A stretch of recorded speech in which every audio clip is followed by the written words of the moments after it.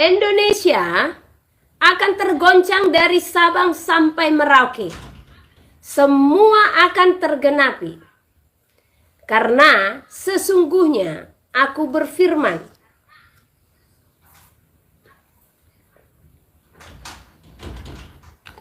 Oke, saya ulang.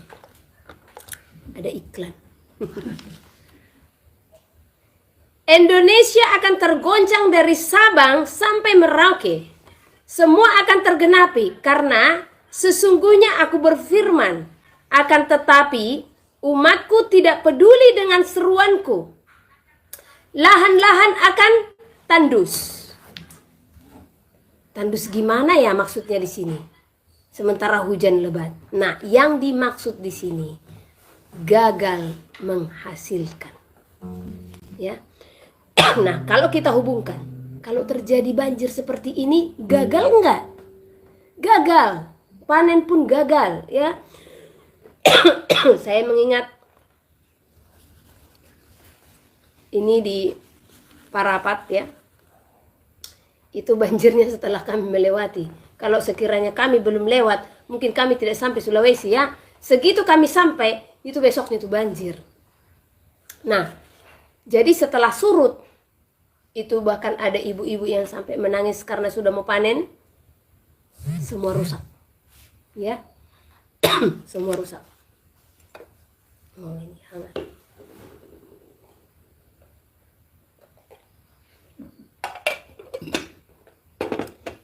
Dikatakan lahan-lahan akan tandus.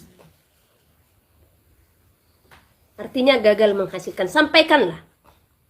Jadi ini berbicara air di mana-mana, tanah longsor. Banyak deh.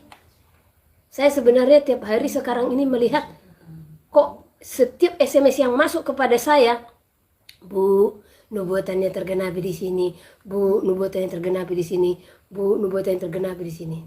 Saya bersedih, ya. Saya bersedih.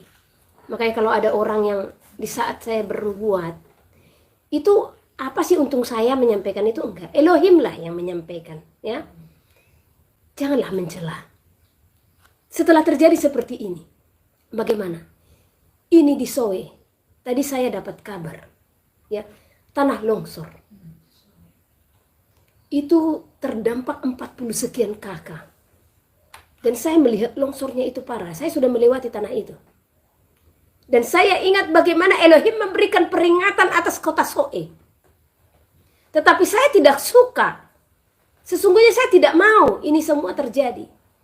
Tetapi memang saya mengingat bagaimana Elohim berfirman, anakku, engkau akan melihat. Penggenapan demi penggenapan akan nubuatan itu akan terjadi. Sebab umatku tegar tengkuk. Umatku mengeraskan hati. Mereka tidak peduli. Benar tidak itu? 2016 Elohim telah memulai segala nubuatan, ya, di 2016. Tetapi banyak celah, banyak hujat. Mereka tidak tahu sewaktu-waktu itu bisa terjadi, bisa tergenapi. Yang ada segitu ditunggu 1 bulan tidak ada. Oh, ini nabi palsu, nubuat palsu, hanya karena tidak dilihat oleh matanya. Kenapa mengharapkan dilihat oleh mata? Sementara si penubuat sendiri pun tidak mengharapkan itu terjadi. Apakah di saat Yesaya, Yeremia, Yehezkiel, semua para nabi bernubuat, mereka mengharapkan itu terjadi? Jauh di lubuk hati mereka, mereka bahkan tidak menginginkan itu terjadi, sekalipun mereka melihat ketegar tengkukan itu ada di dalam umat Elohim. Tetapi kita dengan sombongnya berkata, mana tidak terjadi, palsu. Bahkan nubuat itu ada yang terjadi setelah si penubuat bahkan sudah tiada. Bahkan ada yang terjadi setelah ratusan tahun. Ini kita nubuatan sudah sedang berjalan dari 200 tahun silam. 200 tahun silam ada seorang hamba Elohim yang dipakai, yaitu Ellen G. White. Jangan di saat saya menyebut nama ini saudara merasa, oh, ibu orang Advent. Bukan. Tetapi saya bisa merasakan setiap roh. Kalaupun ada penyimpangan-penyimpangan setelahnya, itu di pengikut. Tetapi orang tersebut benar-benar dipakai. Dan sekarang nubuatannya sedang tergenapi. Itu sudah dari 1800. Apa yang dia katakan? Di saat Sandelau itu sudah dinyatakan, maka keluar dari perkotaan karena anti Hamasyah itu telah berdiri. Apakah Sandelau tidak dibahas? Sudah. Apakah sudah ditetapkan? Sudah. Jadi masih beranikah kita dengan sombongnya mengatakan mana tidak terjadi? Sadar saudara, di saat saudara berkata mana tidak terjadi, berarti saudara mengharapkan korban-korban dengan digenapinya nubuatan itu. Di mana kasihmu? Jujur kalau nubuatan sudah terjadi, badanku seperti remuk redam, tulangku seperti mau patah melihat itu semua. Jangankan manusianya yang saya lihat meninggal, rumah-rumah saja yang tenggelam, rumah-rumah saja yang terseret tanah longsor atau tertimbun, itu membuat hatiku hancur saudara. Siapa saudara harus menantikan nubuatan tergenapi? Menantang nubuatan itu. Jangan menganggap rendah nubuatan. Saya selalu bermohon kepada Elohim. Saya tahu nubuatan-nubuatan akan tergenapi. Saya tahu. Karena sudah sulit melihat orang-orang bisa seperti orang-orang yang di Niniwe. Sudah sangat sulit itu saudara. Dari mulai pemimpinnya sampai rakyatnya bertekuk lutut, ya, dan mereka berkabung datang kepada Elohim. Mereka meratap memohon pengampunan kepada Elohim. Di saat wilayahmu dinubuatkan, jangankan pemimpin negaramu, ya, mungkin engkau pun yang mendengarkan kurang peduli. Bagaimana nubuatan itu tidak tergenapi atas bangsamu, atas negerimu, atas kotamu. Tetapi masih dengan sombongnya kita berkata, oh ini nabi palsu. Setiap nubuat diberikan. Ini juga ada yang diberikan, ya. Nanti saya akan baca. Jawa, Bali, Sulawesi, seluruh bumi akan mendengar, bencana akan tiba. Makanya saya bilang Sulawesi jangan merasa di zona nyaman. Dan betapa besarnya kasihnya. Setiap wilayah-wilayah yang diserukannya. Bahkan saya pun selalu disuruh untuk berdiri di sana. Untuk berkata. Sebagai peringatan kalau Elohim telah berfirman atas kota itu. Kadang saya berkata kepada Elohim, Bapa, kenapa sih saya harus berdiri? Sebagai peringatan jikalau sungguh aku telah berfirman sebelum segala sesuatunya terjadi. Kenapa diperintahkan saya harus menginjak kota-kota tersebut? Sekiranya mungkin ada yang mau mendengar dan mau bermohon berbelas kasih. Mohon belas kasih Elohim atas kota saudara. Itu sebenarnya makanya Elohim utus kami kemana-mana. Ya. Bukan hal mudah bagi kami untuk melangkah dan berjalan. Bukan hal mudah bagi kami untuk melakukan semuanya. Kami bukan orang yang secara manusia punya orang kaya, yang punya donatur atau apa segala macam. Tidak. Makanya kalau ada yang berani mengatakan kami hamba uang, bertobat. Karena kami setiap melangkah itu berjalan dengan iman. Elohim yang menyediakan apa yang kami perlukan. Bukan untuk kepentingan pribadi. Bukan untuk kepentingan diri saya sendiri. 1 gram emas pun saya tidak miliki. Saya tidak pernah memikirkan perkara-perkara bumi ini lagi. Karena bagiku hidup adalah Hamasyah dan mati adalah keuntungan.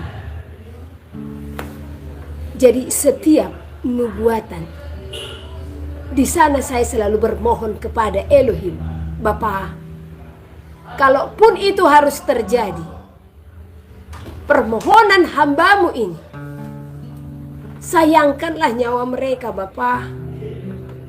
Kalaupun itu harus terjadi, janganlah kiranya hamba ini melihat tubuh-tubuh yang terbujur kaku. Tetapi siapa saya harus mengatakannya? Itu hanyalah sebuah permohonan yang diberikan oleh seorang hamba yang sangat mengasihi umat manusia. Saya tidak pernah menginginkan kebinasaan. Selamatkan mereka, Bapa. Itulah doa saya. Setiap disampaikan nubuatan, di saat saya diperlihatkan akan ada air yang sangat besar, saya tahu pasti ada yang terhanyut. Tetapi di situ saya bermohon, Bapak, tolong mereka. Jangan izinkan Bapak korban-korban jiwa itu. Itu hanya sebatas permohonan dari seorang hamba. Jadi siapa kita yang harus menantikan nubuatan supaya tergenapi? Seharusnya dari hari ini, kalau nubuatan itu disampaikan, berdoalah dan bertekuk lututlah kepadanya, bermohon belas kasihnya, memohon ampun kepadanya. Sebab sungguh semuanya telah dibukakan bagi kita semuanya. Bukankah dia telah berfirman, bahkan tidak ada yang dilakukan sebelum dia menyampaikan segala sesuatu? Bukankah terlebih dahulu dia menyampaikan kepada Nabi dan pilihannya akan segala keputusan-keputusannya? Tinggal bagaimana kita menyikapi segala sesuatu. Jadi mari saudara-saudara terkasih, belajar untuk mengenal pribadinya. Ingat, di saat saya menyampaikan nubuatan yang mungkin menurut saudara kesusahan, ya, janganlah terus bertentangan hatimu. Ingatlah bagaimana Yeremia dan Hanaya yang berdiri. Bagaimana Hanaya menyampaikan kepada umat Israel yang adalah bangsa buangan itu. Dia menyatakan seruan kemakmuran. Bahkan dia berkata Elohim yang berfirman kepadanya. Sementara saat itu kuk telah ditaruhkan di pundak Yeremia dari kayu. Dan Hanaya dengan lantangnya mematahkan itu. Dia berkata kalau bangsa itu akan dibebaskan. Nubuat-nubuat seperti itukah yang engkau inginkan? Nubuat-nubuat kemakmuran? Lihat apa yang dikatakan oleh Yeremia kepada Hanaya. Kita lihat. Bahkan engkau mematahkan kayu itu, maka kuk besi yang akan dipasangkan. Artinya apa?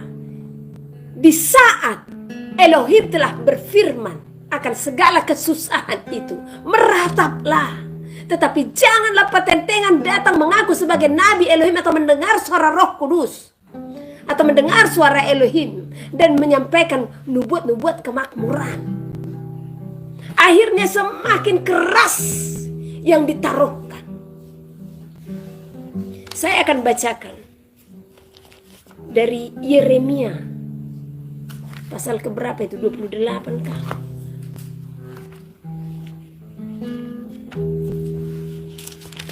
Hanaya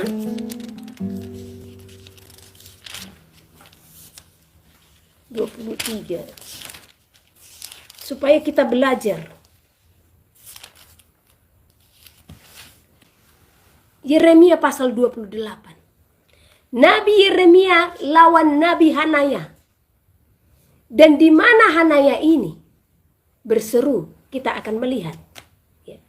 Dalam tahun itu juga pada permulaan pemerintahan Zedekia Raja Yehuda, dalam bulan yang kelima tahun yang keempat, berkatalah Nabi Hanaya bin Azur yang berasal dari Gibeon itu kepadaku di rumah Elohim, di depan mata imam-imam dan seluruh rakyat.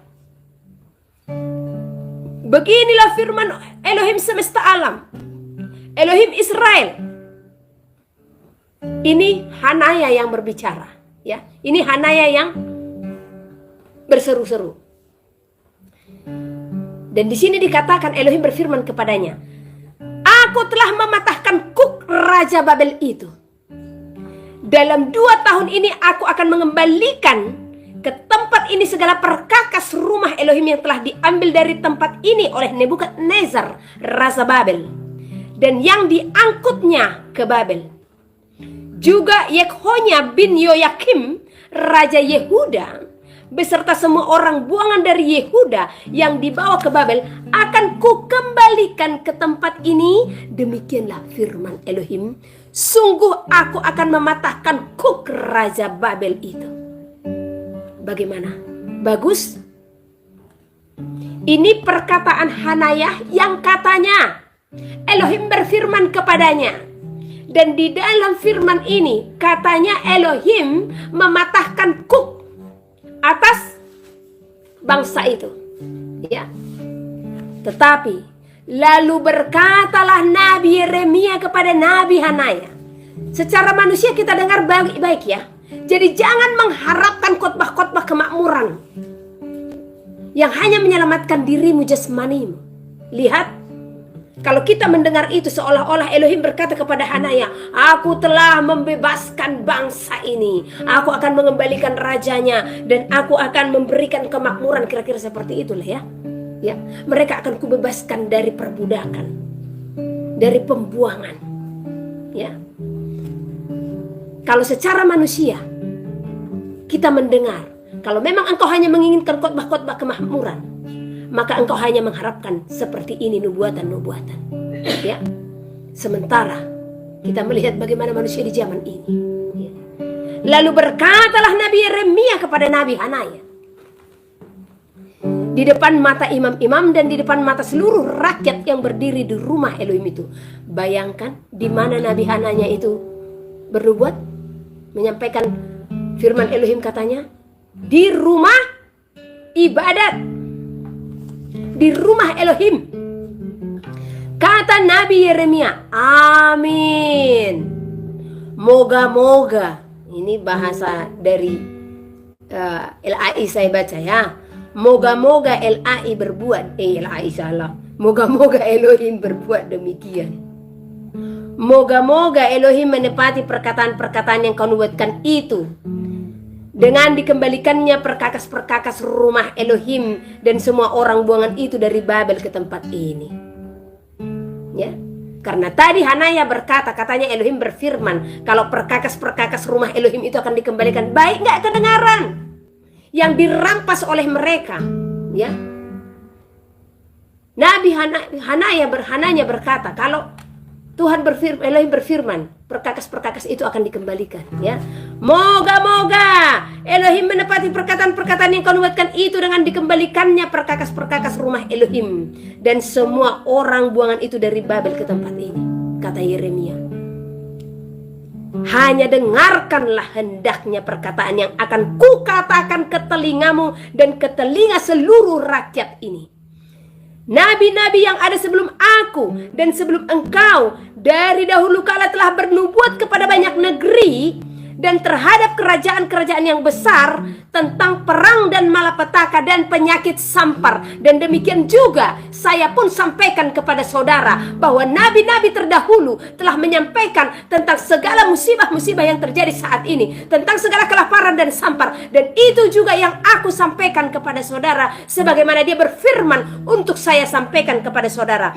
Tetapi mengenai seorang nabi yang bernubuat tentang damai sejahtera, jadi kalau engkau hanya menantikan nubuat damai sejahtera, dengarkanlah ini. Tetapi mengenai seorang nabi yang bernubuat tentang damai sejahtera, jika nubuat nabi itu digenapi, maka barulah ketahuan bahwa nabi itu benar-benar diutus oleh Elohim. Kemudian Nabi Hananya mengambil gandar. Ya, gandar itulah yang terbuat dari kayu yang ditaruhkan di pundaknya Yeremia sebagai tanda, ya, perhambaan yang masih terjadi atas bangsa itu. Kemudian Nabi Hanaya mengambil gandar itu daripada tengkuk Nabi Yeremia, lalu mematahkannya. Berkatalah Hananya di depan mata seluruh rakyat itu, beginilah firman Elohim, katanya, dalam 2 tahun ini begitu jugalah aku akan mematahkan kuk Nebukadnezar raja Babel itu daripada tengkuk segala bangsa. Baik nggak kelihatan? kedengaran baik. Nabi Hananya menyampaikan kepada bangsa ini, jikalau Elohim katanya dalam 2 tahun akan mematahkan kuk Nebukadnezar, ya. Tetapi pergilah Nabi Yeremia dari sana. Maka sesudah Nabi Hananya mematahkan gandar daripada tengkuk Nabi Yeremia, datanglah firman Elohim kepada Yeremia. Pergilah mengatakan kepada Hananya, beginilah firman Elohim, engkau telah mematahkan gandar kayu, tetapi aku akan membuat gandar besi sebagai gantinya. Mana lebih keras? Kayu apa besi? Besi. Hananya menghancurkan gandar kayu, ya, dari Yeremia. Tetapi Elohim memerintahkan Yeremia untuk memasangkan gandar itu menjadi gandar besi. Artinya apa? Perhambaan yang lebih lagi. Jadi jangan menyamar-nyamar, mengaku-ngaku, ya, mendengar suara Roh Kudus, memberitakan khotbah-khotbah kemakmuran. Nanti semuanya itu semakin susah. Sadar dan lihat zaman ini. Zaman ini apakah semakin baik? Tidak. Apakah pantas? Apakah memang ini zamannya Elohim berkhotbah-khotbah atau menubuatkan kemakmuran kepada manusia di zaman ini? Tidak. Ini kita kembali kepada zaman para nabi ini. Sifat-sifat manusia, ya. Sebab beginilah firman Elohim semesta alam, Elohim Israel, kuk besi akan kutaruh ke atas tengkuk segala bangsa ini, sehingga mereka takluk kepada Nebukadnezar, Raja Babel. Sungguh mereka akan takluk kepadanya, malahan binatang-binatang di padang telah kuserahkan kepadanya. Lalu berkatalah Nabi Yeremia kepada Nabi Hananya, dengarkanlah hai Hananya, Elohim tidak mengutus engkau, tetapi engkau telah membuat bangsa ini percaya kepada dusta. Sebab itu beginilah firman Elohim, sesungguhnya aku menyuruh engkau pergi dari muka bumi. Tahun ini juga engkau akan mati, sebab engkau telah mengajak murtad terhadap Elohim. Maka matilah Nabi Hananya dalam tahun itu juga pada bulan yang ke-7.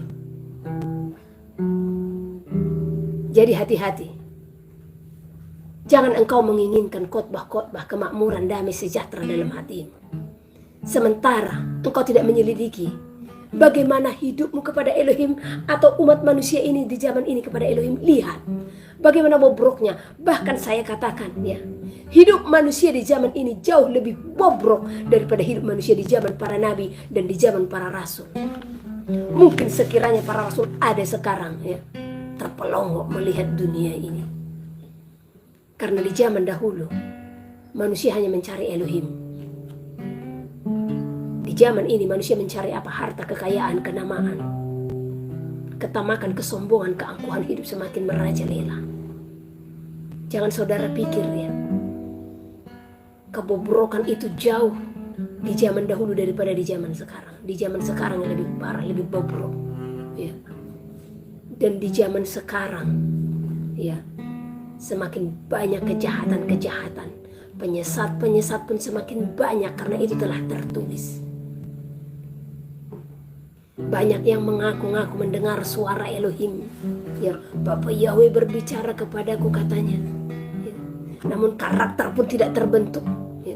Bahkan karena sakit hati pun sanggup, seolah-olah kepenuhan oleh Roh yang Kudus, kepenuhan oleh Bapak Yahweh. Jangan mempermalukan dia, karena Bapak Yahweh penuh kesabaran, kesetiaan. Dia tidak akan pernah mengutuki umatnya, ya. Jadi bertobat. Di saat saya mengingat seseorang yang katanya saat ini berfirman menyatakan mendapat suara Bapak Yahweh, saya katakan, siapa dia Bapak di hadapanmu? Ini yang ditunjukkan kepada saya, Yeremia dan Hananya. Dan Elohim berkata, dia bukan berasal daripada aku. Aku tidak berfirman kepadanya. Jadi hati-hati saudaraku. Jangan mencari orang-orang yang seolah-olah memberikan khotbah-khotbah kemakmuran itu. Kita akan lanjut. Semuanya akan mengalami pencobaan. Dan pencobaan-pencobaan yang akan terjadi, semua itu menguji imanmu, menguji hatimu. Karena ujian berat akan tiba di hadapanmu. Jadi saudara terkasih, apa yang terjadi di zaman ini? Masih ingat nggak saudara? Saya pernah katakan tentang 2025. Di 2025 akan banyak bencana alam yang akan terjadi. Terjadi tidak? Ini semakin marak bencana-bencana di mana-mana, ya. Nah, itu semua terjadi hanyalah menguji iman kita, menguji hati kita. Karena ujian yang sesungguhnya, ujian yang akan berat itu akan tiba di hadapan kita. Apa itu? Mengenai tanda bilangan, itulah ujian yang terberat. Bencana alam masih bisa kita lalui. Dan di saat bencana alam terjadi, tidak memisahkan kita dari Elohim. Sekalipun kita tertimpa bencana itu, namun kita tidak terpisahkan dari Elohim. Tapi kalau ujian yang berat yang sesungguhnya itu tiba, di saat kita tertimpa ujian itu dan jatuh ke dalam pencobaan itu, maka kita terpisah dari Elohim. Karena apa? Ujian yang berat itu di saat kita diperhadapkan dengan perut. Kenapa saya katakan dengan perut? Karena orang tidak akan bisa membeli dan menjual tanpa tanda itu. Itulah ujian yang sangat berat nanti. Dan ujian ini sanggup memisahkan saudara dari Elohim kalau saudara tidak memilih sangkal diri dan pikul salib. Ya. Jadi kalaupun ada ujian bencana-bencana yang kita hadapi, kelaparan, samper yang kita lihat, deru perang yang kita lihat, semuanya itu, jadikan itu sebagai sesuatu yang membawamu semakin mendekatkan diri kepada Elohim. Supaya taat di hadapannya, supaya bertekuk lutut di hadapannya.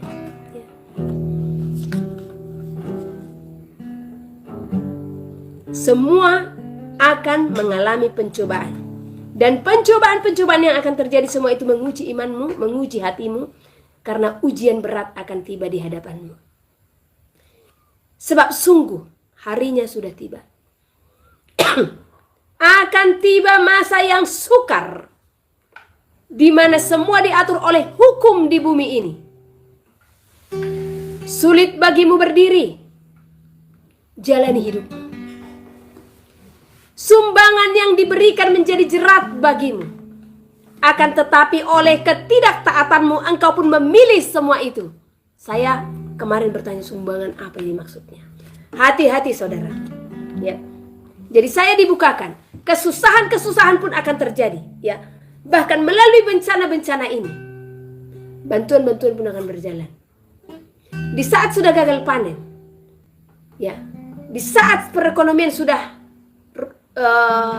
rusak, ya, atau sulit berjalan, ya, maka manusia akan membutuhkan pertolongan. Dan sumbangan-sumbangan pun akan berjalan. Nah, saya mengingat bagaimana ini beberapa waktu lalu. Semua orang diperintahkan untuk memiliki kartu ATM. Ya, ini apa hubungannya? Ada. Ya. Nah, dan kenapa dikatakan di sini sumbangan yang diberikan menjadi jerat bagimu? Karena melalui itu nanti engkau akan terikat. Karena engkau merasa tidak mampu berdiri. Makanya dari sekarang persiapkan. Ya. Sumbangan yang diberikan menjadi jerat bagimu, akan tetapi oleh ketidaktaatanmu engkau pun memilih semuanya itu. Kalau sudah kelaparan terjadi, kalau sesusahan terjadi, ya, perekonomian pun berhenti, bagaimana kita tidak susah? Otomatis apa? Ada sumbangan pemerintah, terima. Nah, sebelum menerima, isi dulu data, masuk digital. Selesai saudara. Ya.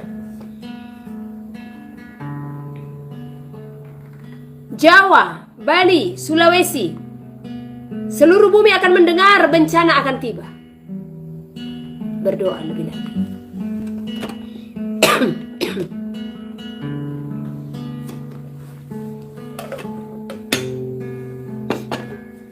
Sampaikanlah. Jangan menganggap rendah nubuatan, karena segala apa yang telah terjadi di muka bumi ini, dan juga segala apa yang akan terjadi di seluruh bumi ini, tidak akan terjadi sebelum semuanya itu diberitahukan kepada engkau. Artinya apa? Apa yang terjadi, yang kita lihat sekarang ini, baik bencana, baik kesusahan, baik pertikaian segala macam, dan apa yang akan terjadi ke depan, itu sudah diberitahukan sebelumnya kepada kita. Ya. Karena aku berdiri berfirman, maka akan jadi. Artinya, dia yang punya firman, dia yang punya kuasa. Ketika dia berfirman, maka semua akan jadi. Makanya jangan menganggap rendah nubuatan. Ya. Jangan menganggap rendah suara-suara Elohim. Katakanlah kepada seluruh bumi, aku berfirman menyatakan segala nubuatan sampai harinya tiba. Karena akulah Yahweh yang berkuasa. Bangsa-bangsa berserikat, menyatukan kekuatannya, menyatukan bangsa-bangsa, berserikat lalu mengumandangkan perang. Karena itu telah dinubuatkan. Jadi, perang sudah di depan mata. Jadi ini akan terjadi karena itu telah dinubuatkan. Kita berdoa bagi bangsa Israel juga ya. Supaya di hari mereka melakukan perayaan. Mungkin itu sekitar bulan 4 ya. Perayaan yang akan mereka lakukan ya. Supaya bangsa itu dilindungi. Kita doakan. Supaya tidak terjadi serangan-serangan di hari itu.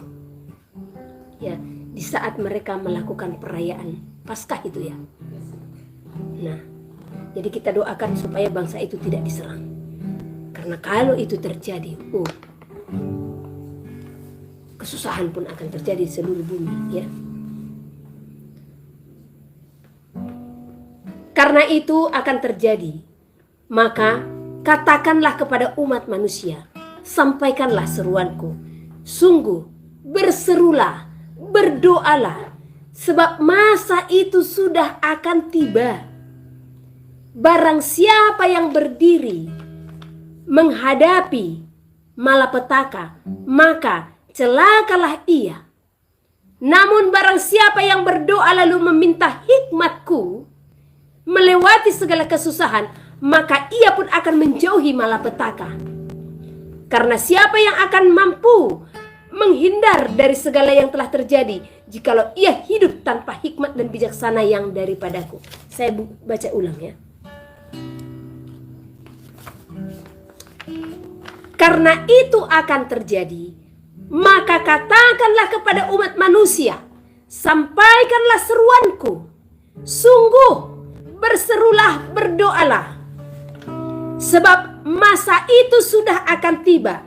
Barang siapa yang berdiri menghadapi malapetaka, barang siapa yang berdiri menghadapi malapetaka, maka celakalah ia. Namun barang siapa yang berdoa lalu meminta hikmatku, melewati segala kesusahan, maka ia pun akan menjauhi malapetaka. Bahkan di sini dikatakan yang minta hikmat Elohim menghadapi semuanya itu, ia akan menjauhi malapetaka.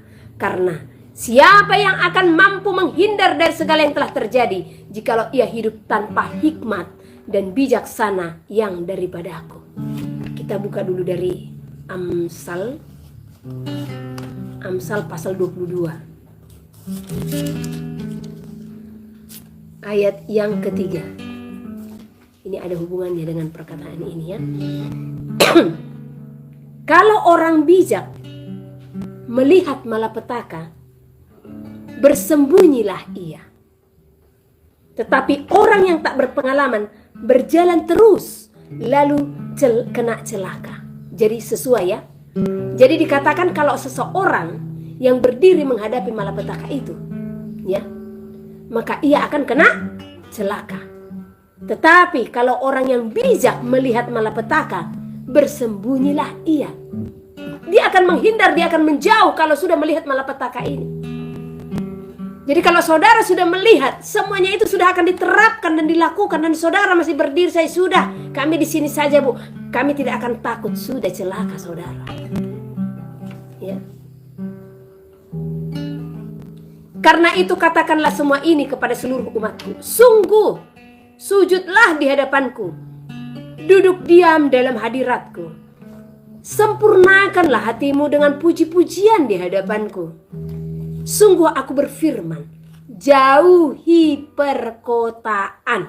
Nah, kembali lagi nih, ya. Karena engkau menghadapi pencobaan-pencobaan berat. Karena engkau akan dibawa masuk ke dalam tanda bilangan binatang tersebut.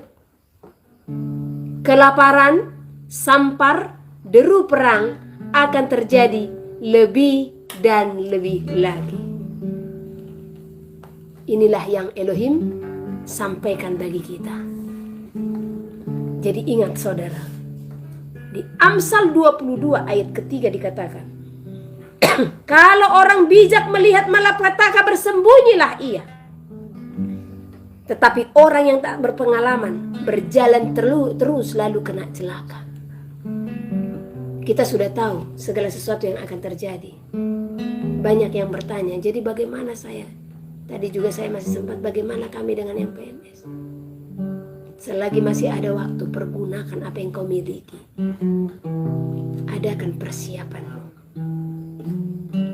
Amsal pasal 27.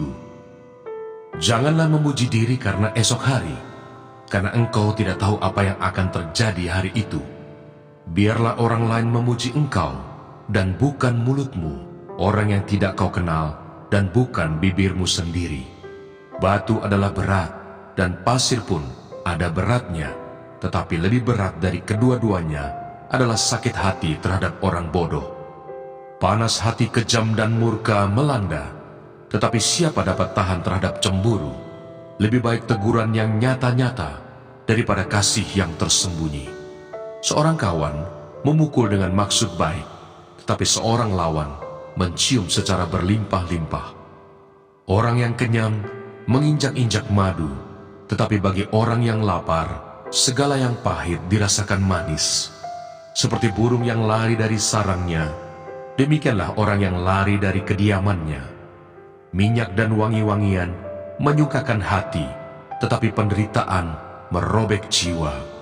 Jangan kau tinggalkan temanmu dan teman ayahmu. Jangan datang di rumah saudaramu pada waktu engkau malang. Lebih baik tetangga yang dekat daripada saudara yang jauh. Anakku, hendaklah engkau bijak, sukakanlah hatiku, supaya aku dapat menjawab orang yang mencela aku. Kalau orang bijak melihat malapetaka, bersembunyilah ia. Tetapi orang yang tak berpengalaman berjalan terus, lalu kena celaka. Ambillah pakaian orang yang menanggung orang lain, dan tahanlah dia sebagai sandera ganti orang asing. Siapa pagi-pagi sekali memberi selamat dengan suara nyaring, hal itu akan dianggap sebagai kutuk baginya. Seorang istri yang suka bertengkar serupa dengan tiris yang tidak henti-hentinya menitik pada waktu hujan. Siapa menahannya menahan angin, dan tangan kanannya menggenggam minyak. Besi menajamkan besi, orang menajamkan sesamanya. Siapa memelihara pohon ara akan memakan buahnya, dan siapa menjaga tuannya akan dihormati. Seperti air mencerminkan wajah, demikianlah hati manusia mencerminkan manusia itu. Dunia orang mati dan kebinasaan tak akan puas. Demikianlah mata manusia tak akan puas. Kui untuk melebur perak dan perapian untuk melebur emas, dan orang dinilai menurut pujian yang diberikan kepadanya. Sekalipun engkau menumbuk orang bodoh dalam lesung, dengan alu bersama-sama gandum, kebodohannya tidak akan lenyap daripadanya. Kenalah baik-baik keadaan kambing dombamu, perhatikanlah kawanan hewanmu, karena harta benda tidaklah abadi. Apakah mahkota tetap turun-temurun? Kalau rumput menghilang dan tunas muda nampak dan rumput gunung dikumpulkan, maka engkau mempunyai domba-domba muda untuk pakaianmu dan kambing-kambing jantan untuk pembeli ladang. Pula cukup susu kambing untuk makananmu dan makanan keluargamu, dan untuk penghidupan pelayan-pelayanmu perempuan. Amsal pasal 28. Orang fasik lari, walaupun tidak ada yang mengejarnya, tetapi orang benar merasa aman seperti singa muda. Karena pemberontakan negeri, banyaklah penguasa-penguasanya, tetapi karena orang yang berpengertian dan berpengetahuan, tetaplah hukum. Orang miskin yang menindas, orang-orang yang lemah, adalah seperti hujan deras, tetapi tidak memberi makanan. Orang yang mengabaikan hukum memuji orang fasik, tetapi orang yang berpegang pada hukum menentangnya. Orang yang jahat tidak mengerti keadilan, tetapi orang yang mencari Tuhan mengerti segala sesuatu. Lebih baik orang miskin yang bersih kelakuannya daripada orang yang berliku-liku jalannya, sekalipun ia kaya. Orang yang memelihara hukum adalah anak yang berpengertian, tetapi orang yang bergaul dengan pelahap mempermalukan ayahnya. Orang yang memperbanyak hartanya dengan riba dan bunga uang, mengumpulkan itu untuk orang-orang yang mempunyai belas kasihan kepada orang-orang lemah. Siapa memalingkan telinganya untuk tidak mendengarkan hukum, juga doanya adalah kekejian. Siapa menyesatkan orang jujur ke jalan yang jahat, akan jatuh ke dalam lubangnya sendiri. Tetapi orang-orang yang tak bercela akan mewarisi kebahagiaan. Orang kaya menganggap dirinya bijak, tetapi orang miskin yang berpengertian mengenal dia. Jika orang benar menang, banyaklah pujian orang. Tetapi jika orang fasik mendapat kekuasaan, orang menyembunyikan diri. Siapa menyembunyikan pelanggarannya tidak akan beruntung, tetapi siapa mengakuinya dan meninggalkannya akan disayangi.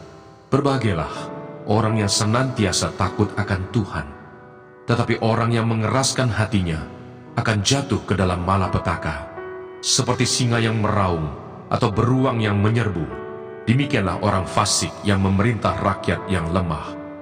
Seorang pemimpin yang tidak mempunyai pengertian, keras penindasannya, tetapi orang yang membenci laba yang tidak halal memperpanjang umurnya.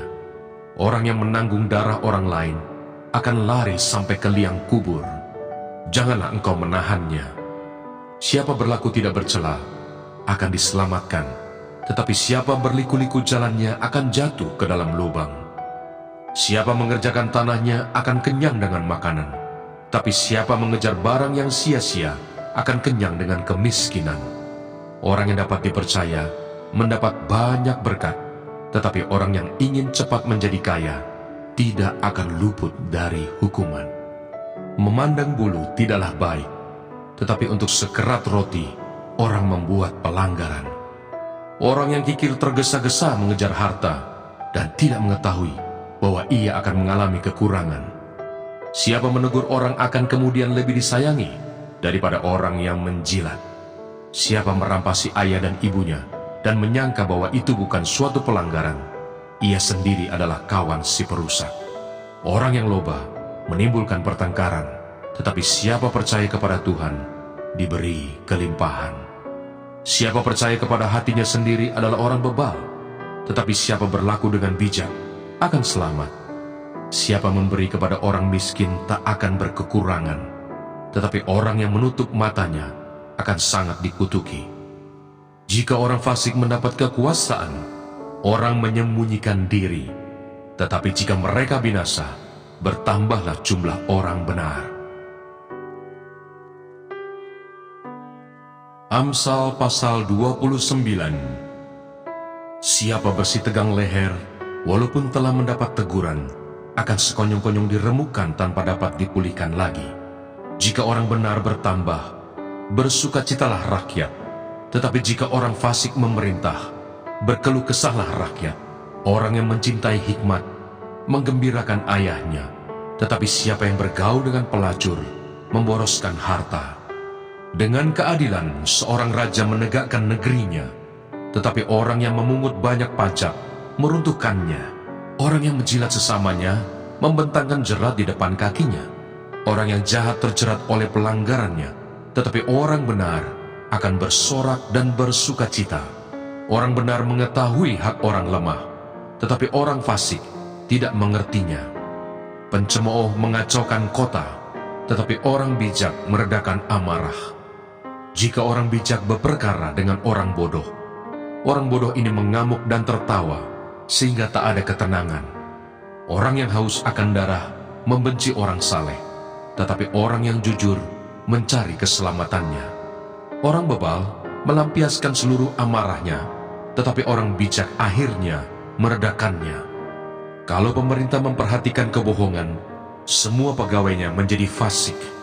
Si miskin dan si penindas bertemu, dan Tuhan membuat mata kedua orang itu bersinar. Raja yang menghakimi orang lemah dengan adil, tahtanya tetap kokoh untuk selama-lamanya. Tongkat dan teguran mendatangkan hikmat, tetapi anak yang dibiarkan mempermalukan ibunya. Jika orang fasik bertambah, bertambahlah pula pelanggaran, tetapi orang benar akan melihat keruntuhan mereka. Didiklah anakmu, maka ia akan memberikan ketentraman kepadamu dan mendatangkan sukacita kepadamu. Bila tidak ada wahyu, menjadi liarlah rakyat. Berbagailah orang yang berpegang pada hukum. Dengan kata-kata saja seorang hamba tidak dapat diajari, sebab walaupun ia mengerti, namun ia tidak mengindahkannya. Kau lihat orang yang cepat dengan kata-katanya. Harapan lebih banyak bagi orang bebal daripada bagi orang itu. Siapa memanjakan hambanya sejak muda, akhirnya menjadikan dia keras kepala. Si pemarah menimbulkan pertengkaran, dan orang yang lekas gusar banyak pelanggarannya. Keangkuhan merendahkan orang, tetapi orang yang rendah hati menerima pujian. Siapa menerima bagian dari pencuri, membenci dirinya. Didengarnya kutuk, tetapi tidak diberitahukannya. Takut kepada orang mendatangkan jerat, tetapi siapa percaya kepada Tuhan, dilindungi. Banyak orang mencari muka pada pemerintah, tetapi dari Tuhan orang menerima keadilan. Orang bodoh adalah kekejian bagi orang benar. Orang yang jujur jalannya adalah kekejian bagi orang fasik.